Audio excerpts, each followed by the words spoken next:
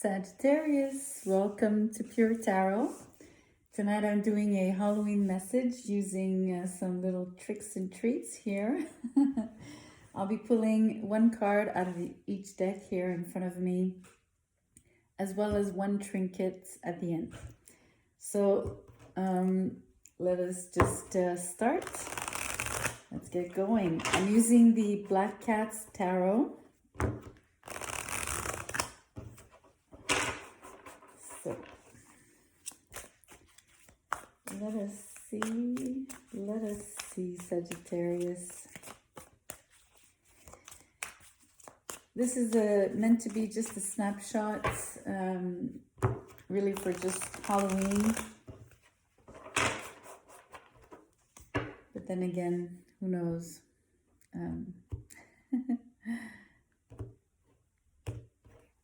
You might find resonance beyond just one day. We have the Queen of Cups here. I'm going to draw one of these cards right away. I would like to have something to complement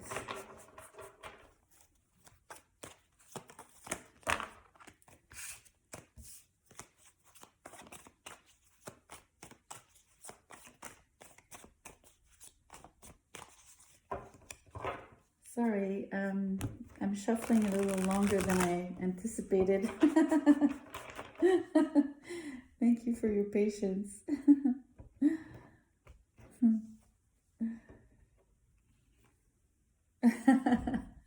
Live and learn. That's interesting. Okay, let us take a closer look at this. I love this card. This queen is, gazing at the star through this telescope. Being the Queen of Cups, she's a very dreamy character. She is, she can literally float away in her imagination as well, right? And she lets her emotions take her for a voyage. And as you can see on this card, there's no limit to where her heart, emotions, imagination, and soul can go. I love the fact that there's water behind her, and her throne is actually floating on a lotus leaf right here on this pond. So that's really interesting. It looks like a lotus leaf, but it might just be a little mini island as well. It's hard to tell. But it's green, and it reminds me of a lotus leaf.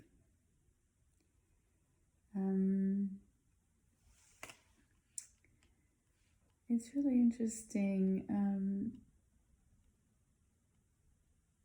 What I really like as well is that, she's left her throne, I should say, to do the stargazing. And what I like is that she's unafraid of coming down from her pedestal to actually pursue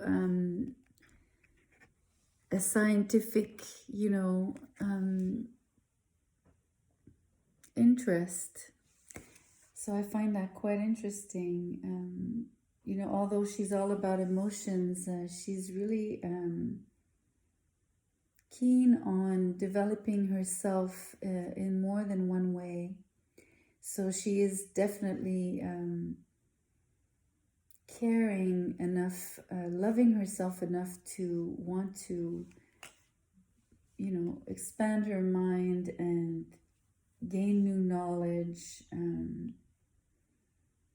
even if it's mostly in the realm of Again, it might be that it takes her imagination, to other places, like the Neptunian realm of, dreams. And it's really a beautiful energy here. I'm thinking of the Chinese lanterns. If you've ever walked in a Chinese garden lit at night, especially when it's the lantern holiday, it's absolutely magical. This is what it reminds me of. And so there's only one light here, but it reminds me of the stars up there in the sky. And I like the connection to nature, that she's close to nature as well. It's interesting because I'm describing her as, close to nature, which would be maybe more a Queen of Pentacles kind of energy, and the scientific interest, or developing as well, like her knowledge, that would be more of a Queen of Swords knowledge kind of vibe. But it's really interesting that I'm feeling those energies, even though she's the Queen of Cups.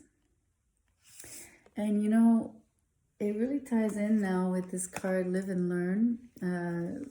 The learning part would be, the all the interests that she might have, and that she ensures, like, that she really develops and deepens, and living her life, like I said, coming down of her pedestal and living being grounded, and yet having her gaze to the stars, right, opening up to the universe. So that's really interesting. It's a beautiful energy. It's quite complex. It's very multifaceted. So Sagittarius, you're the archer of the zodiac, and usually Sagittarius is, there's two directions in which you can point your arrow.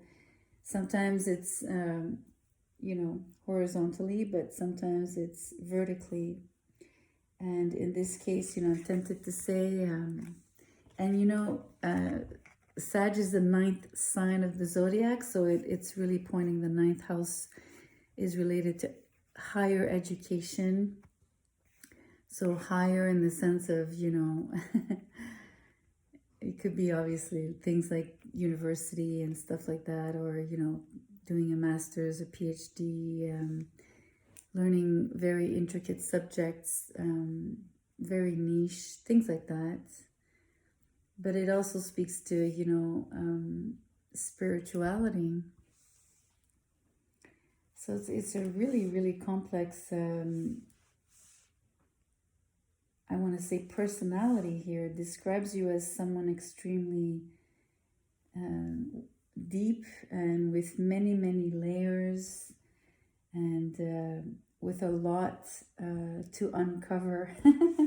If someone was to meet you, it would take years for them to peel all of those layers, and it's really interesting. And again, I want to come back to the idea of also the live portion of this card, which is a beautiful connection. Instead of being totally up in the sky, and not in touch with reality, on the contrary, there's quite a strong,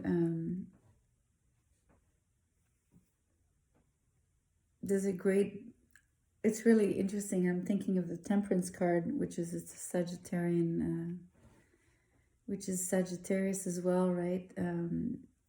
And it reminds me of, the sort of balance between two opposites. In this case, the opposites being the earth and the sky. Beautiful, beautiful energy. I'm wondering, for Halloween, maybe I should think about giving you a Halloween message here. I totally got sucked in. I don't know. I really like the idea of all these lanterns, with all the decorations outside. That evening will probably be very, very magical. And that garden with the lanterns, it's obviously not the same thing, but, the decorations being lit with all these colors, and it'll be, I don't know, I see a parallel there for me. I don't know. I'm just tempted to say that you might be particularly dreamy. You might be in two worlds around Halloween. Which is pretty much what Halloween is. The thin. How do you say the veil is thin between the two worlds, the living and the dead. But in this case, maybe the veil for you is between the earthbound reality and the spiritual world, which is pretty much the same thing. Anyways, let's do an angel number. Oh wow, I really got carried away there. I was describing the card and I was floating away literally. That's funny. 999.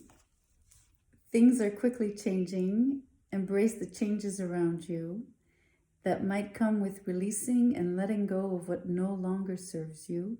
It's the end of a cycle. Breathe.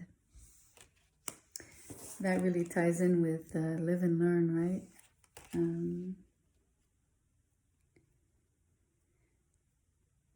Yeah. When you experience things that feel like a lesson, it's usually closely tied to changes, very closely related. There's not much more to say. This is quite self-explanatory. I'm gonna draw out of my little homemade Aladdin lamp. Trust me, I laugh at myself more than anything here. I'm gonna pull a trinket for you. Let's see what comes up here. You get the wolf, the howling wolf. You see, it's interesting. He's also, howling, so his head is pointed like towards the sky, just like the telescope. And usually, we sometimes say the wolf will howl at the moon, right? So he's howling at the planets, at the sky up there. So it's the same kind of attitude. It's the same kind of attitude here than this queen. Maybe you'll be disguised as a werewolf for Halloween.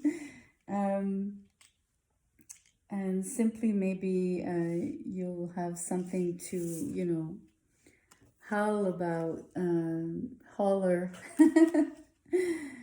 And who knows, it could be a good thing and a less good thing, but in the end, you'll gain something out of it. And just remember, breathe. That's your Halloween message, Sagittarius. Take good care.